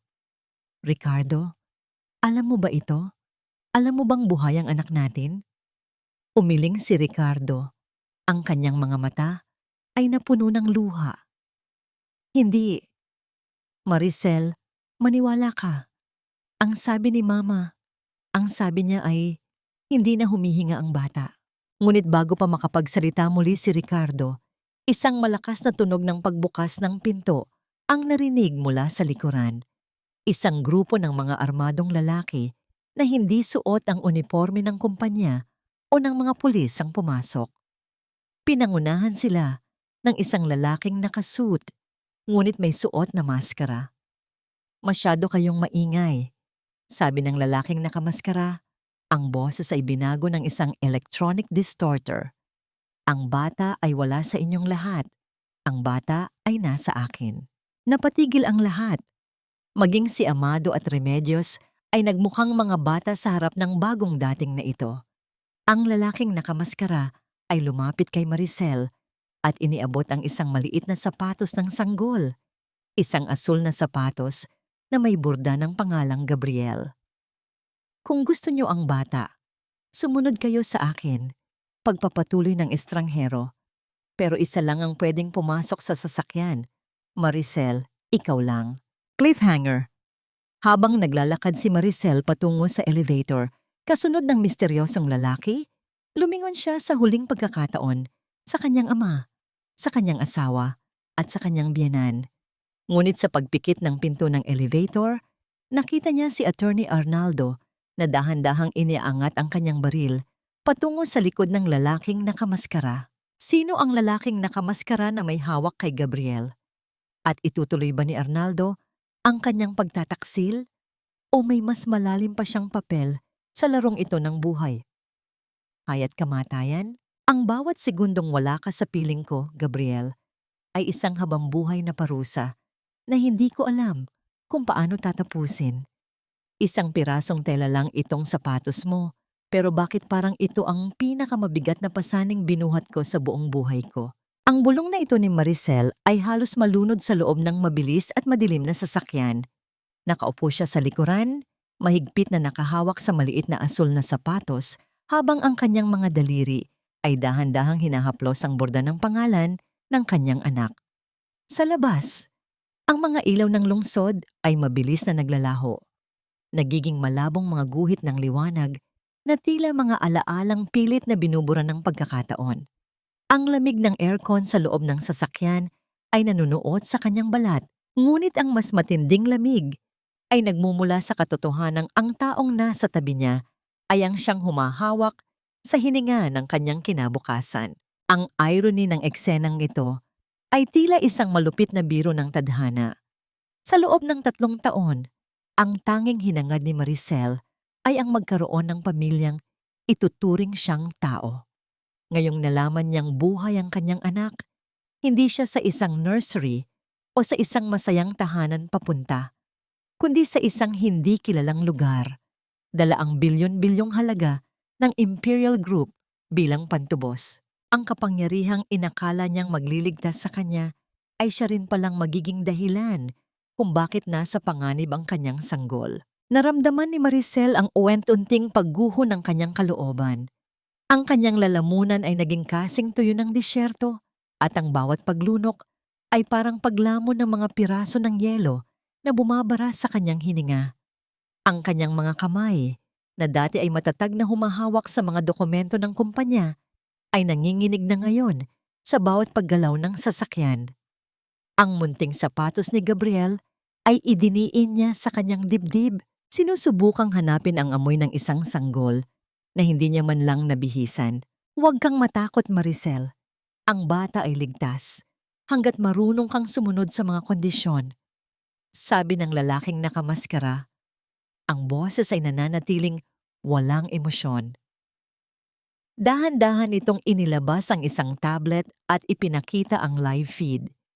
Si Gabriel, na ngayon ay gising na at dahan-dahang gumagapang sa isang carpeted na silid, tila walang kamalay-malay sa bagyong kinasasadpakan ng kanyang ina. Ang unang pagkakataon na nakitang gising ni Maricel ang kanyang anak. Ang mga mata ng bata ay kasing itim at kasing ganda ng sa kanyang ama. Ngunit ang nangiti nito ay ang mismong nangiti ni Maricel na matagal na niyang ibinaon sa limot. Sa sandaling iyon, ang lahat ng sakit ng nakaraan, ang mga panlalait ni Remedios, ang pagtataksil ni Ricardo, at ang malamig na pagmamanipula ni Amado ay tila naglaho. Ang bawat hibla ng kanyang pagkatao ay nakatutok lamang sa munting nilalang na nasa screen. Isang tahimik na panata ang nabuo sa kanyang puso. Hinding-hindi na niya hahayaang mawalang muli ang kanyang anak. Kahit pa ang buong Imperial Group ang maging kabayaran. Sino ka ba talaga? Mahinang tanong ni Maricel. Ang kanyang tinig ay matatag na sa gitna ng pagluha. Kung pera ang gusto mo, ibibigay ko ang lahat. Pero bakit kailangang pati ang anak ko ay idamay mo? Hindi sumagot ang lalaki. Sa halip, hininto nito ang sasakyan sa harap ng isang lumang warehouse sa tabi ng pantalan. Ang tunog ng mga alon na humahampas sa mga haligi ng pier ay lumilikha ng isang mabigat at nakakatakot na ritmo sa gitna ng gabi. Pagbaba nila, sinalubong sila ng amoy ng dagat at kalawang. Sa dulo ng warehouse, nakita ni Maricel ang isang figura na nakakatalikod, nakatingin sa malawak na karagatan. Akala mo ba ay madali akong matatalo, Maricel? Ang boses na yon ay pamilyar, malamig, mapagmataas, at puno ng lason. Lumingon ang figura. Hindi ito si Amado at hindi rin si Arnaldo. Ito ay si Sofia. Pero sa pagkakataong ito, wala na ang kanyang pagpapanggap. Ang kanyang mga mata ay naglalayab sa puot at sa kanyang mga kamay ay hawak niya ang isang remote control na may pulang ilaw na kumukurap-kurap. Ang akala nyo ay tauhan lang ako, pero ako ang tunay na tagapagmana ng pamilyang winasak ng tatay mo, Maricel. Ang anak mo? Siya ang magbabayad para sa bawat luhang ibinuhos ng pamilya ko dahil sa Imperial Group. Sigaw ni Sofia. Ang cliffhanger, sa gitna ng pagbabanta ni Sofia, isang malakas na tunog ng pag-ikot ng elisi ng helicopter ang narinig mula sa itaas. Ngunit hindi ito ang helicopter ng mga pulis. Mula sa itaas, isang boses ang umalingaw-ngaw sa megaphone. Isang boses na nagpatigil sa lahat, maging kay Sofia. Ibigay mo ang bata, Sofia, bago ko patuluyang pasabugin ang buong pier na ito kasama kayong lahat. Ang boses na yon ay kay Attorney Arnaldo. Ngunit sa pagkakataong ito, hindi siya mag-isa. Sa tabi niya sa helicopter, nakatayo ang isang lalaking may takip ang mukha. Ngunit kitang-kita ang isang malaking peklat sa kanyang kanang kamay. Si Amo, sino ang tunay na may hawak kay Gabriel? At sa gitna ng nagbabangga ang mga halimaw, paano ililigtas ni Maricel ang kanyang anak bago ang lahat ay maging abo? Ang akala mo ba, Maricel, ay sapat na ang yaman para bumili ng buhay? Sa bawat tibok ng puso ng anak mo, isang piraso ng imperyo mo ang naglalaho. Piliin mo, ang korona mo o ang huling hininga ng batang ito. Ang boses ni Sofia ay tila isang matalim na kidlat na humiwa sa ugong ng helicopter sa itaas. Sa ilalim ng malamig na liwanag ng mga searchlight mula sa himpapawid, ang mukha ni Maricel ay naging kasing puti ng abo. Nakatayo siya sa gilid ng pier, ang dulo ng kanyang mga sapatos ay nasa hangganan na ng semento at nang nagngangalit na alon sa ibaba. Ang bawat hampas ng tubig sa mga poste ng pantalan ay tila isang paalala na ang oras ay mabilis na nauubos katulad ng kanyang lakas na manatiling nakatayo sa harap ng mga taong itinuturing niyang pamilya. Naramdaman ni Maricel ang isang uri ng pagkasira sa loob ng kanyang dibdib, isang pagguho na mas masakit pa kaysa sa anumang sampal na natanggap niya mula kay Remedios. Tiningnan niya ang kanyang ama, si Amado, na nakadungaw mula sa helicopter. Ang mukha nito ay hindi kakikitaan ng pag-aalala para sa kanyang apo. Sa halip, ang mga mata nito ay nakatitig lamang sa bitbit na folder ni Maricel, ang susi sa lahat ng yaman ng mga imperial. Sa sandaling iyon, ang muling pagkabuhay ng kanyang ama ay naging isang mas malupit na kamatayan para sa kanyang puso. Ang kanyang bayani ay isa palang buwitre na nag-aabang sa kanyang pagbagsak. Ang kanyang lalamunan ay naging kasing sikip ng isang lubid na unti-unting humihigpit. Ang bawat paghinga niya ay may kasamang lasa ng asin mula sa dagat at ang amoy ng usok ng gasolina.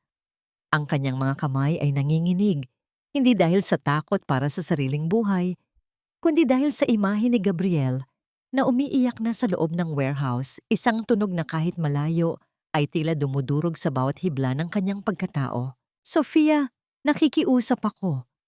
Kuhanin mo na ang lahat, ang kumpanya, ang pera, ang pangalan. Ibibigay ko ang lahat sa iyo. Pagmamakaawa ni Maricel, ang kanyang boses ay naging isang basag na bulong na pilit nilalabanan ang ingay ng paligid. Huwag lang ang anak ko. Siya ay inosente. Hindi niya kailangang magbayad para sa mga kasalanan ng mga imperial. Tumawa si Sofia, isang tawang puno ng pait na tila nagmumula sa mga taon ng naipong galit. Inosente? Walang inosente sa dugong nananalaytay sa inyo, Maricel. Ang tatay mo ang pumatay sa kinabukasan ko. Ngayon, kukunin ko ang sa kanya. Ang dahan-dahang paghakbang ni Maricel patungo sa panganib.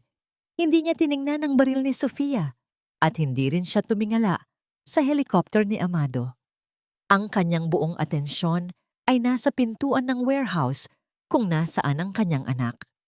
Naalala niya ang unang beses na naramdaman niya ang paggalaw ni Gabriel sa kanyang sinapupunan. Isang sikretong pag-asa na nagbigay sa kanya ng lakas noong mga panahong parang gusto na niyang sumuko sa panlalait ng mga Velasco. Ang pagmamahal ng isang ina ay tila naging isang baluti na hindi kayang tumpukin ng anumang banta. Kung kailangan mo ng buhay na kapalit ng sa kanya, ako na lang, sabi ni Maricel. Ang boses ay naging matatag at puno ng awtoridad na hindi nanggagaling sa yaman, kundi sa sakripisyo. Ako ang imperial. Ako ang may-ari ng lahat ng hinahangad nyo. Pakawalan mo ang anak ko at mananatili ako rito. Gawin mo sa akin ang lahat ng gusto mo. Napatigil si Sofia. Ang kanyang daliri na nasa mitya ng remote control ay bahagyang nanginig. Sa kabilang banda, mula sa itaas, sumigaw si Amado sa megaphone. "Huwag kang tanga, Maricel. Ang code! Ibigay mo ang code bago ka mamatay." Lumingon si Maricel sa kanyang ama, isang huling tingin ng pamamaalam at pagkamuhi. "Ang yaman mo, Dad, ay walang halaga sa harap ng isang yakap ng anak ko. Mananatili kang mayaman sa gitna ng iyong kasamaan, pero mamamatay kang mag-isa." Dahan-dahang ibinuka ni Maricel ang kanyang mga kamay, tila ba tinatanggap ang anumang tadhana. Ngunit sa sandaling iyon, isang mabilis na anino ang lumabas mula sa dilim ng warehouse. Hindi ito si Arnaldo o ang mga tauhan ng NBY. Ito ay si Ricardo, sugatan, dugo ang duguan, at halos hindi makatayo. Ngunit bitbit niya sa kanyang mga bisig ang isang maliit na balot ng kumot. "Maricel!" "Takbo!" Sigaw ni Ricardo bago siya binalibag patungo sa sahig ng isang malakas na putok na nagmula sa helicopter. Cliffhanger. Ang remote control sa kamay ni Sofia ay dahan-dahang nalaglag patungo sa madilim na tubig ng pier. Kasabay nito, ang warehouse sa likuran nila ay niyanig ng isang malakas na pagsabog na nagmula sa mga tangke ng gasolina sa loob. Sa gitna ng apoy at usok, nakita ni Maricel ang kumot na bitbit ni Ricardo na tumilapon patungo sa gilid ng pantalan. Nailigtas ba ni Ricardo ang bata? O ang huling pag-asa ni Maricel ay tuluyan ng nilamon ng apoy at dagat? At sino ang bumaril kay Ricardo mula sa helicopter, si Arnaldo o ang sariling ama ni Maricel? Hayaan mo na ang batang yan, Maricel. Ang folder! Ang folder ang abutin mo kung gusto mong manatiling buhay. Ang boses ni Amado na nagmumula sa megaphone ng helicopter ay tila isang malupit na hagupit sa gitna ng nagngangalit na apoy. Sa likod ni Maricel, ang warehouse ay nilalamon na ng dambuhalang pulang liwanag. Ang init nito ay humahaplos sa kanyang balat na tila libo-libong maliliit na karayom.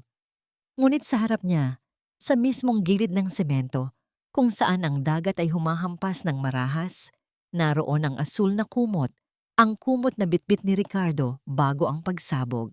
Ang kabalintunaan ng sandaling ito ay sapat na upang durugin ang anumang natitirang bait sa isipan ni Maricel.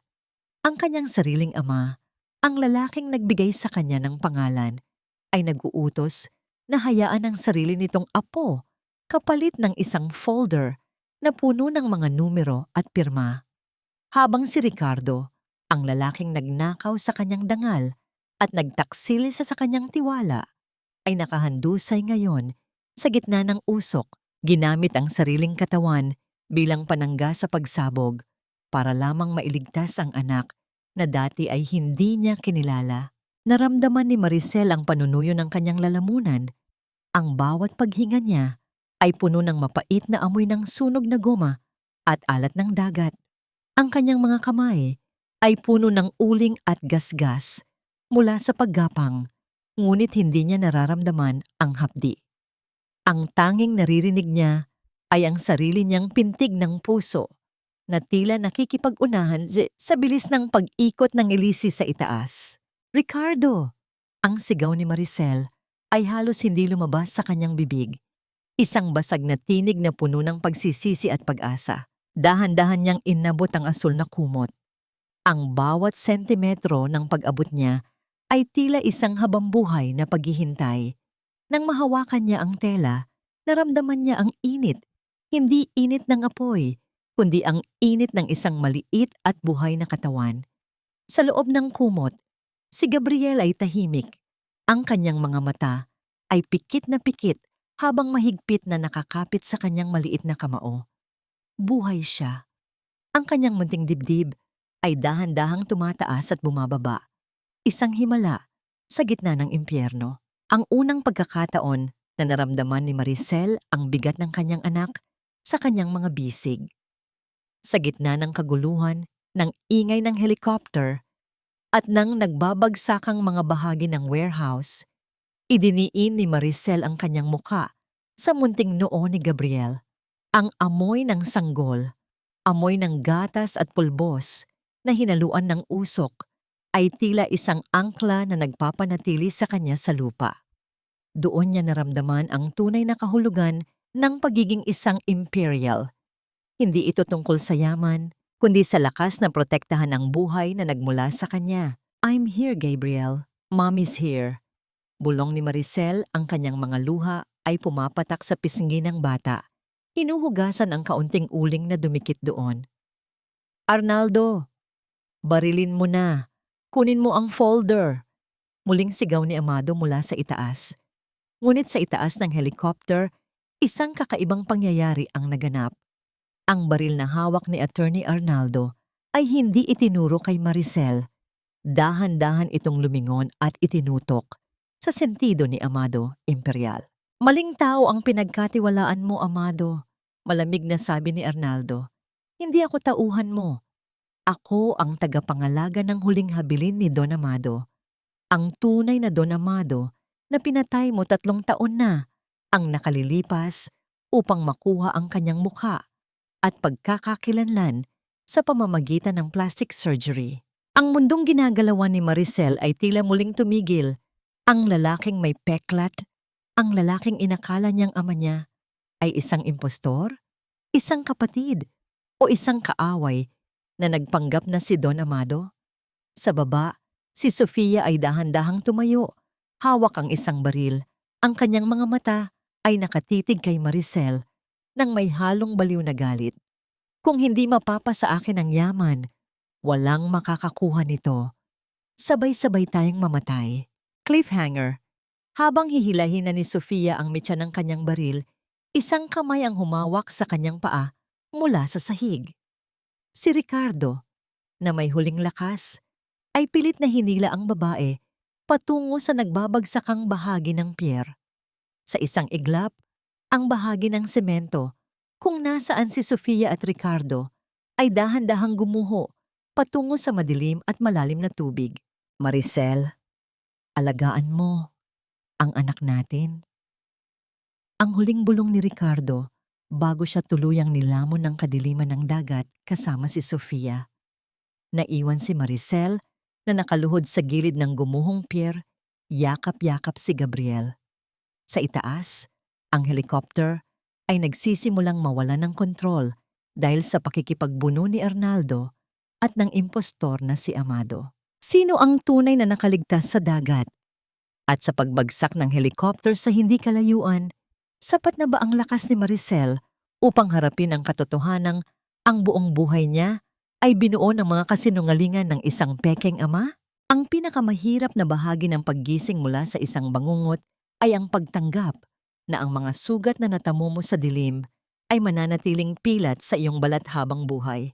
Ang bulong na ito ni Maricel ay tila sumama sa banayad na ihip ng hangin sa dalampasigan, habang ang unang sikat ng araw ay dahan-dahang nagbibigay ng kulay sa langit. Wala na ang nagngangalit na apoy ng warehouse, wala na ang nakabibinging ugong ng helicopter, at wala na ang amoy ng usok at kamatayan.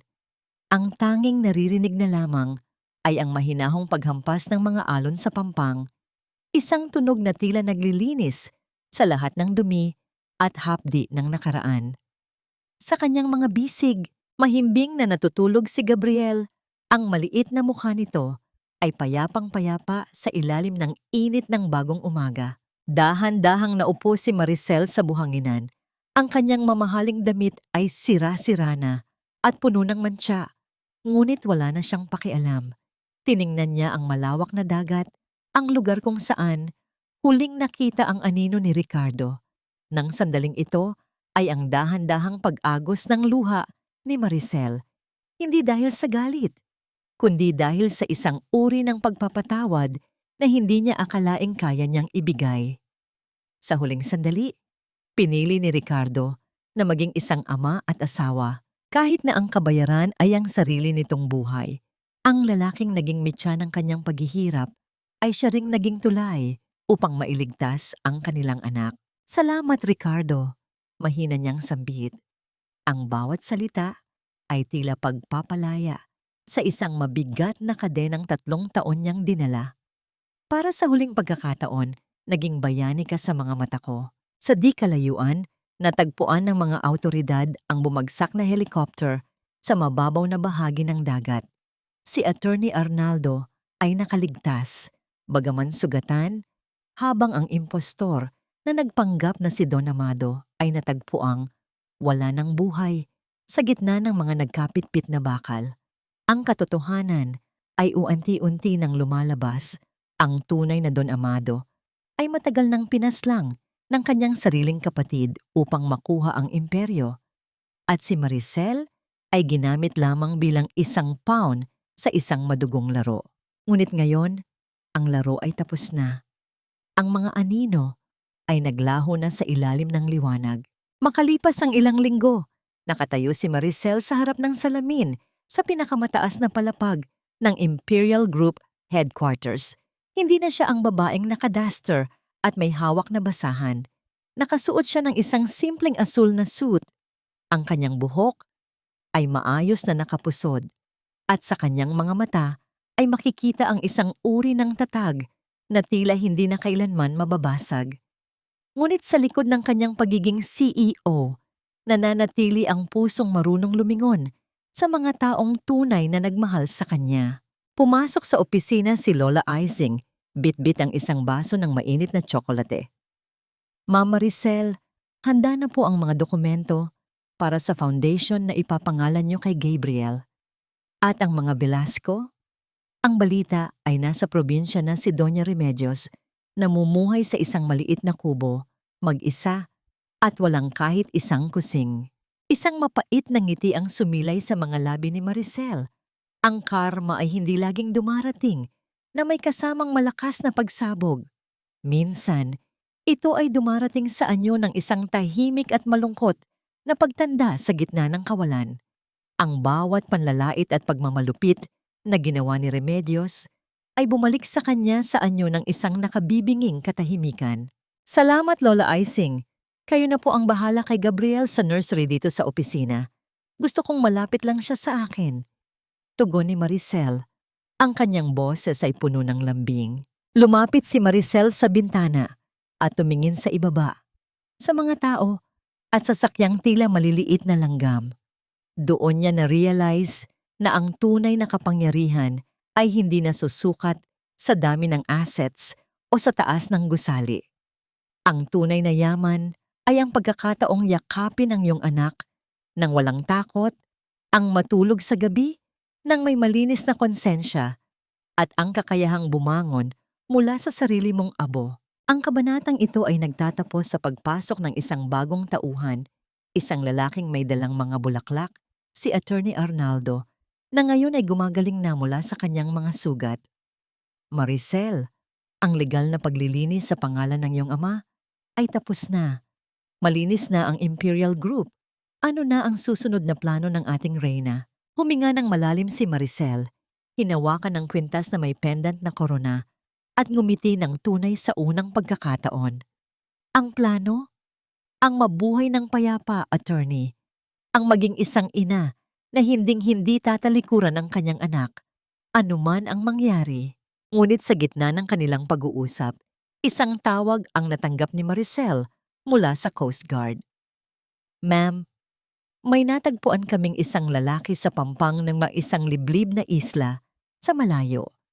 Hindi siya makapagsalita at may malalaking peklat sa kanyang katawan mula sa pagsabog. Pero ang hawak niya sa kanyang kamay ay isang lumang wedding ring na may nakaukit na pangalang Maricel Cliffhanger. Ang wedding ring na yon, ang singsing na itinapon ni Maricel sa penthouse. Kung hawak yon ng lalaking nakaligtas, ibig bang sabihin ay hindi pa tapos ang kwento nila ni Ricardo? At kung babalik man siya, ang Ricardo bang ito ay ang taong humihingi ng tawad? O ang aninong magpapaalala muli ng lahat ng sakit? 1 taon na ang nakalilipas, ngunit ang bawat hampas ng hangin sa aking mukha ay tila nagdadala pa rin ng amoy ng alat at usok. Isang paalala na ang kalayaan ay hindi isang destinasyon, kundi isang mahaba at masakit na paglalakbay. Ang mga salitang ito ay dahan-dahang binitawan ni Maricel habang nakatayo siya sa malawak na beranda ng kanyang bagong tahanan sa tabi ng dagat. Malayo ito sa ingay ng Makati at malayo sa malamig na pader ng Imperial Group. Sa kanyang paanan, ang maliliit na bakas ng paa ni Gabriel sa buhanginan ay tila mga tula ng pag-asa na isinusulat ng tadhana. Ang bata, na ngayon ay masiglang tumatakbo habang hinahabol ang isang makulay na saranggola, ay ang buhay na patunay na ang pag-ibig ay kayang bumangon mula sa pinakamalalim na hukay ng kasinungalingan. Hindi naging madali ang bawat hakbang patungo sa katahimikang ito. Matapos ang trahedya sa Pantalan, pinili ni Maricel na ayusin ang kumpanya ng may kamay na bakal ngunit may pusong tapat. Ang bawat sentimo ng yaman ng mga Imperial ay itinuon niya sa pagpapatayo ng mga paaralan at ospital para sa mga batang biktima ng karahasan, isang pagbabayad sala para sa mga kasalanang nagawa ng kanyang pekeng ama. Ang imperyo na dati ay simbolo ng kasakiman ay naging isang kanlungan ng mga sugatang kaluluwa.